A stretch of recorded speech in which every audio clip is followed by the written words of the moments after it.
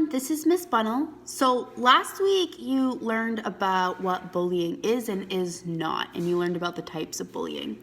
This week you're going to learn about problem solving. So today we're going to start off with learning about the size of our problem and appropriate reactions to different sizes of the problem. So I want you to stop and think for a minute.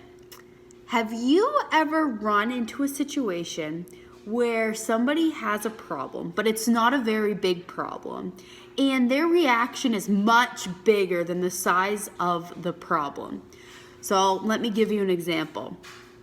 Let's say one of your classmates ends up accidentally snapping their pencil, and they get so upset and they start yelling or they start stomping their feet.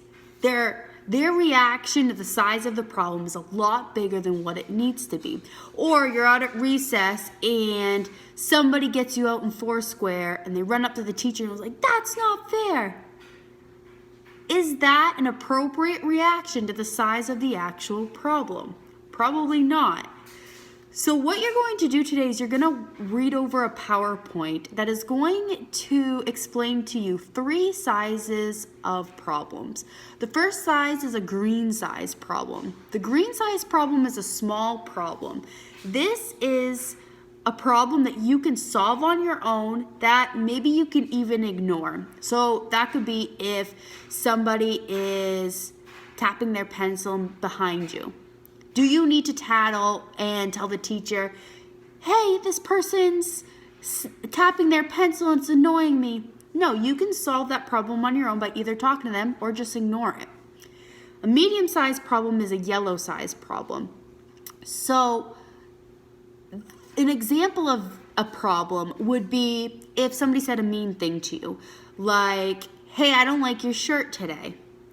That might hurt your feelings. So a yellow-sized problem could hurt your feelings. A yellow-sized problem is a problem that you can solve on your own. You can try to solve it on your own to start, and you might need help from an adult if after you've tried to solve it on your own, it doesn't work. So if you ask that student to not say mean things to you again, and they don't stop, then get help. But if they stop, then you've solved it on your own. So that's a yellow-sized problem. An appropriate reaction would be trying to solve it on your own first.